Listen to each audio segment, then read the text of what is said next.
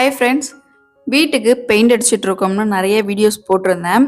வீட்டுக்கு பெயிண்ட் அடிச்சு இப்போ முடிச்சாச்சு. அடுத்த ஒர்க் இப்போ என்ன ஒர்க் நம்ம ஸ்டார்ட் பண்ணியிருக்கோம்னா, வீட்டில் பீரோ, டைனிங் டேபிள், ஷோபாலாம் வச்சிருக்கோம். இந்த 3 பொருளுமே என்னோட கல்யாணத்துக்கு அம்மாவும் அப்பாவும் சீர்வரிசை எடுத்து கொடுத்தது.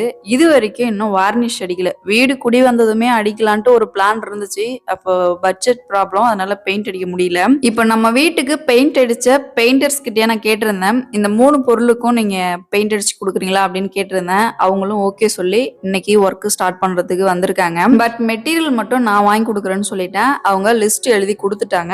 இப்போ அவங்க வந்து ஒர்க் மட்டும் நமக்கு செஞ்சு கொடுக்க போறாங்க. இப்போ மெட்டீரியல் வாங்குறதுக்காக வண்டிகேட் தான் வந்திருக்கேன். நம்ம வீட்டுக்கு பக்கம் தான். வண்டிகேட்ல இப்போ மெட்டீரியல் எல்லாமே வாங்கி எடுத்துக்கிட்டு மணலூர்ல இப்போ மீன் வாங்குறதுக்காக வந்திருக்கேன். இங்க ஒரு 150 ரூபாய்க்கு கவலை மீன் தான் வாங்க போறேன். ஒர்க்கர்ஸ்க்கு இப்போ நான் தான் மதியம் லஞ்ச் வந்து செஞ்சு கொடுக்க போறேன்.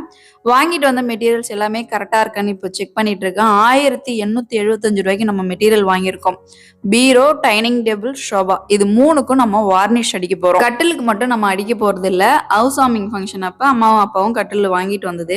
ஒரு வருஷம் தான் ஆகுது. அது அப்படியே புதுசா அப்படியே தான் இருக்கு. அதனால கட்டில மட்டும் ஒதுக்கிட்டு டைனிங் டேபிள், ஷோபா, பீரோ, இது 3மே என் கல்யாணத்துக்கு எடுத்து வச்சிருந்தாங்க. கல்யாணம் ஆகி 15 வருஷம் ஆகுது. 15 வருஷமாவே இடையில நான் வார்னிஷ் அடிக்கவே இல்லை. 15 வருஷம் முடிஞ்சு இப்போ வீடு குடி போய் ஒரு வருஷம் கழிச்சுதான் இப்ப நான் வந்து வார்னிஷ் அடிக்க போறேன்.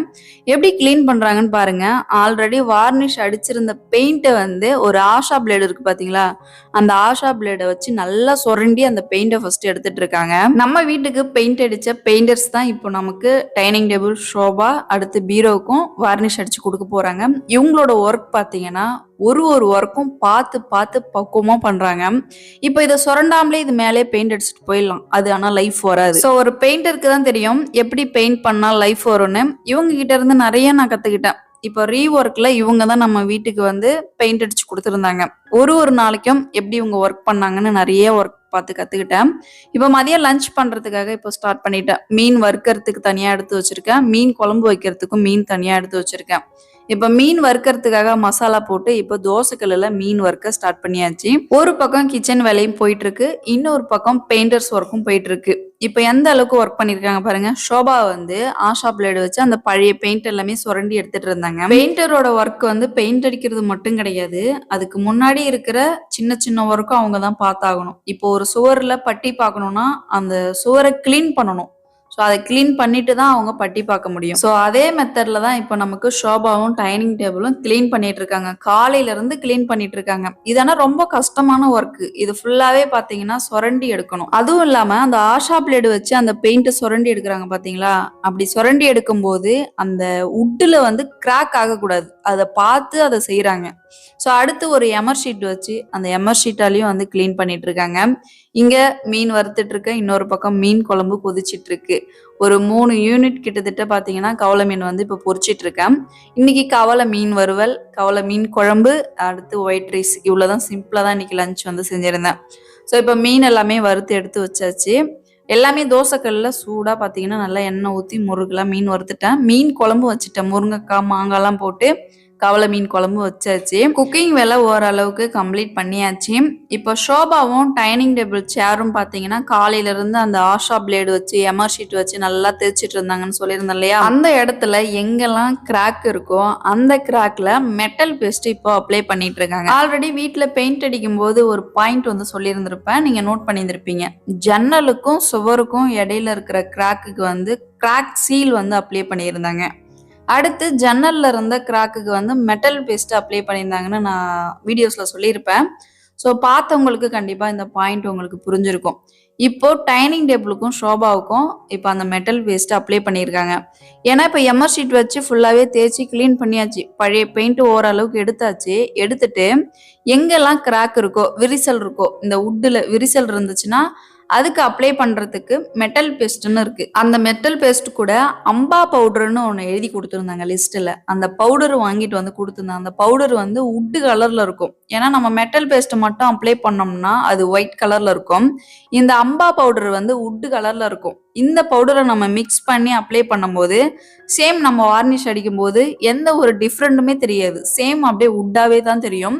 இதோ பாருங்க, இதுதான் அந்த அம்பா பவுடர். இதோட ரேட் வந்து 40 ரூபா சம்திங் இருந்துச்சு. ஸோ இந்த பவுடர் தான் இப்போ மெட்டல் பேஸ்ட்டில் மிக்ஸ் பண்ணி எங்கெல்லாம் கிராக் இருக்கோ அந்த கிராக்கு வந்து இப்போ அப்ளை பண்ணிட்டு இருக்காங்க. மதியம் லஞ்ச் செஞ்சு எடுத்துகிட்டு வந்து இப்போ வச்சாச்சு. அவங்களுக்கு தண்ணி சாப்பாடு பிளேட் எல்லாமே வச்சுட்டேன். இப்போ அவங்க வந்து சாப்பிட்ருவாங்க. மீன் குழம்பு, மீன் வறுவல், அடுத்து ஒயிட் ரைஸு, 2 பிளேட்டு சால்ட் இல்லைன்னா சால்ட் போட்டுக்கிறதுக்காக சால்ட்டும் வச்சுட்டேன். ஸோ இப்போ லஞ்ச் டைம் அவங்களுக்கு ஒர்க் முடிச்சுட்டு வந்து இப்போ சாப்பிட்டுட்டு திரும்ப ஒர்க் வந்து ஸ்டார்ட் பண்ணுவாங்க. இவங்களோட டைமிங் வந்து காலையில் 10 மணிக்கு வருவாங்க. திரும்ப வீட்டுக்கு போகிற டைம் 6 மணி. காலையில் 10 மணிலேருந்து 6 மணி வரைக்கும் வேலை செய்வாங்க. பெயிண்டருடைய சம்பளம் ஒரு நாளைக்கு 1000 ரூபாய். அடுத்து காலையில் 11 மணிக்கு டீ போட்டு கொடுக்கணும். ஈவினிங் 4 மணிக்கு டீ போட்டு கொடுக்கணும். மதியம் லஞ்ச் செஞ்சு கொடுக்கணும். ஸோ இவ்வளோதான் நம்மளோட ஒர்க்கு. 1000 ரூபாய் சம்பளம் கொடுத்துடணும். ஒர்க் பார்த்தீங்கன்னா பக்காவா நமக்கு வந்து செஞ்சு கொடுத்துருந்தாங்க. ஆல்ரெடி வீட்டுக்கு பெயிண்ட் அடிச்சிருந்த வீடியோஸ் எல்லாமே நான் ஒன்று ஒன்றா போட்டிருந்தேன். ஸோ எப்படி ஃபினிஷிங் எப்படி இருந்துச்சுன்னு உங்களுக்கே தெரியும். ஸோ இவங்களோட ஒர்க் வந்து நம்ம குறைய சொல்ல முடியாது. அவ்வளோ சூப்பராக நமக்கு வந்து பண்ணி கொடுத்துருந்தாங்க. வீடு கட்டும்போது, வீடு புதுசாக நம்ம கட்டும்போது நம்ம வீட்டுக்கு பெயிண்ட் அடித்த பெயிண்டர்ஸ் தான் இவங்க. 1 வருஷம் கழிச்சு இப்போ ரீஒர்க்கு இவங்க தான் பண்ணி கொடுத்துருந்தாங்க. ஸோ இவங்களோட ஒர்க் வந்து குறைய சொல்ல முடியாது. இவங்க 2 பேருமே வடலூர் தான். வடலூர்லேருந்து வந்து தான் நம்ம வீட்டுக்கு ஒர்க் பண்ணி கொடுத்துருந்தாங்க. வீட்டுக்கு ஏசி எடுக்க போறேன்னு ஒரு பிளாக் ஒன்று போட்டிருந்தேன். நமக்கு 2 டேஸ்ல பார்த்தீங்கன்னா ஏசி வந்து டெலிவரி பண்ணிட்டாங்க. இந்த பீஸ் வந்து சென்னையிலேருந்து கொண்டு வரதா சொல்லியிருந்தாங்க. விருதாச்சலம் ரிலையன்ஸ் ஷோரூமில் தான் நம்ம வீட்டுக்கு ஏசி எடுத்திருக்கோம். கேரியர் பிராண்டு இன்வெர்டர் ஏசி தான் எடுத்திருக்கோம். எங்கேயுமே நான் இன்வெர்டர் கிடையாதுன்ட்டாங்க, ஸ்டாக் இல்லை. எங்கேயுமே இன்வெர்டர் ஏசி தான் இப்போதைக்கு ஸ்டாக் வச்சிருக்காங்க. இந்த வீடியோ எடுத்து ஒரு 2 வாரம் கிட்டத்தட்ட ஆகும். அம்மாவுக்கு பாம்பு கடிச்சு 2 நாள் ஹாஸ்பிட்டலில் வச்சிருந்தோம். அந்த வீடியோ வந்து ஷார்ட்ஸில் போட்டிருந்தேன். அடுத்து கோவில் திருவிழா வந்து திருவிழாவுக்கு போகிற மாதிரி ஆயிடுச்சு. திருவிழாவுக்கு போன வீடியோஸ் எல்லாமே நான் லைவாகவே எடுத்து அதை உடனே அப்லோட் பண்ணிட்டேன். வாய்ஸ் ஓவர் கொடுக்குற வீடியோ கண்டிப்பாக லேட் ஆகும். ஏன்னா இது டைம் எடுத்து உட்காந்து பேசணும். இல்லைனா நம்ம லைவாகவே எடுத்து போட்டுடலாம். ஸோ ஒர்க் பண்ணிட்டு இருக்கும்போது அங்கே நம்ம பேசி அவங்கள டிஸ்டர்ப் பண்ண தேவையில்லை. இந்த மாதிரி ஷூட் பண்ணிட்டு நம்ம ஃப்ரீயாக இருக்கும்போது பேசி வீடியோ போட்டாலே போதும். ஸோ நிறைய ஒர்க் இருந்ததுனால வாய்ஸ் ஓவர் கொடுக்கறதுக்கு லேட் ஆயிடுச்சு. இந்த ஏசி வந்து கேரியர் பிராண்டு இன்வெர்டர் ஏசி. இதோட ரேட் வந்து ஸ்டெபிலைசரோட 50,000 வந்துருச்சு ரவுண்டாவே. 5 ஸ்டார் தான் நம்ம எடுத்திருக்கோம். அடுத்து டைனிங் டேபிளுக்கு 4 சேர் இருக்கும் பார்த்தீங்களா, அந்த 4 சேர்ல இருந்த பெயிண்ட் எல்லாமே எமர் ஷீட் வச்சு தேய்ச்சி கிளீன் பண்ணிட்டாங்க. இன்னைக்கு ஃபுல்லாவே இவங்களுக்கு கிளீன் பண்ற ஒர்க்கு தான். நாளைக்கு தான் பெயிண்டிங் ஒர்க்கை ஸ்டார்ட் பண்ணுவாங்கன்னு நினைக்கிறேன். ஷோபாக்கு மட்டும் ஒரு பெயிண்ட் பண்ணியிருக்காங்க. இப்போ ஒரு பாட்டில் உங்களுக்கு காமிச்சிருந்தேன், ஷைனிங்னு அதில் போட்டிருந்துச்சு பார்த்தீங்களா, அந்த பெயிண்ட் வந்து ஷோபாக்கு வந்து அடிச்சிருக்காங்க. காஞ்சதுக்கு அப்புறம் எமர் ஷீட் வச்சு நல்லா தேய்ச்சிட்டு ஃபைனலா இன்னொரு பெயிண்ட் அடிக்கணும் அப்படின்னு சொல்லியிருக்கிறாங்க. இப்போ ஒரு சேர்ல வந்து அந்த ஷைனிங் பெயிண்ட் கொடுத்துருக்குறாங்க.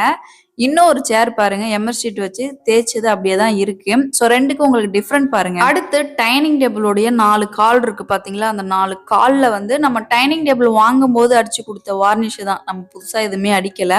அந்த வார்னிஷை இப்போ எமர் ஷீட் வச்சு கிளீன் பண்ணியிருக்காங்க. ஸோ இன்னைக்கு வேலை இவ்வளோதாங்க முடிஞ்சிருக்கு. இன்னைக்கு ஃபுல்லா கிளீனிங் ஒர்க் தான் போயிட்டு இருந்துச்சு. அடுத்து நாளைக்கு தான் பெயிண்டிங் ஒர்க் வந்து ஸ்டார்ட் பண்ணுவாங்க. ஷோபாவில் மட்டும் ஒரு பெயிண்ட் அடிச்சிருக்காங்க. அது வந்து நாளைக்கு எமர் ஷீட் வச்சு தேய்ச்சிட்டு அதுக்கு மேல ஒரு கோட்டிங் வந்து பெயிண்ட் அடிக்கணும் அப்படின்னு சொல்லிட்டு தான் போயிருக்காங்க. கரெக்டா டைம் வந்து 6:15 அவங்க வந்து வீட்டுக்கு கிளம்பிட்டாங்க. இங்க இருந்து அவங்க வடலூர் போகணும். ஸோ நம்ம வீடு வந்து சிதம்பரத்துல இருக்கு, அவங்க வீடு வந்து வடலூர்ல இருக்கு. ஸோ நமக்கு வீடு கட்டி கொடுத்த இன்ஜினியர் சார் வடலூர். அங்க இருந்து தான் ஒர்க்கர்ஸ் எல்லாமே நம்ம வீட்டுக்கு வந்து ஒர்க் பண்ணி கொடுத்துருந்தாங்க. இன்னைக்கு ஃபுல்லா கிளீனிங் ஒர்க் தாங்க போயிட்டு இருந்துச்சு. நீங்க ஆல்ரெடி பார்த்துருப்பீங்க. ஷோபா, டைனிங் டேபிளோட சேரு, டைனிங் டேபிளோட 4 காலு எல்லாத்தையுமே ஆஷா பிளேடும் எமர் ஷீட்டும் வச்சு நல்லா தேய்ச்சி பழைய பெயிண்ட் எல்லாமே எடுத்தாச்சு. இதுக்கப்புறம் புது பெயிண்ட் அடிச்சு நம்ம பொருளை வந்து புதுசா பார்க்க போறோம். ஸோ வீடியோஸ்க்கு வாய்ஸ் ஓவர் கொடுக்கறதுக்கு 1 வீக் ஆயிடுச்சு. இந்த ஒர்க் எல்லாமே 1 வீக் முன்னாடி நடந்தது. கோவில் ஃபங்க்ஷன் வந்ததுனால கொஞ்சம் டிலே ஆயிடுச்சு. ஸோ இன்னைக்கு இவ்வளோதான் ஒர்க் நடந்திருக்கு. நாளைக்கு என்ன ஒர்க் நடக்குதுன்னு நாளைக்கு ஈவினிங் 5 மணிக்கு நான் அப்லோட் பண்றேன். வீடியோ எப்படி இருந்துச்சுன்னு மறக்காம கமெண்ட்ல சொல்லிடுங்க. சேனலை ஃபர்ஸ்ட் டைம் பார்க்குறீங்கன்னா மறக்காம சப்ஸ்கிரைப் பண்ணிக்கோங்க. அடுத்த விளாக்ல பார்க்கலாம். பாய்.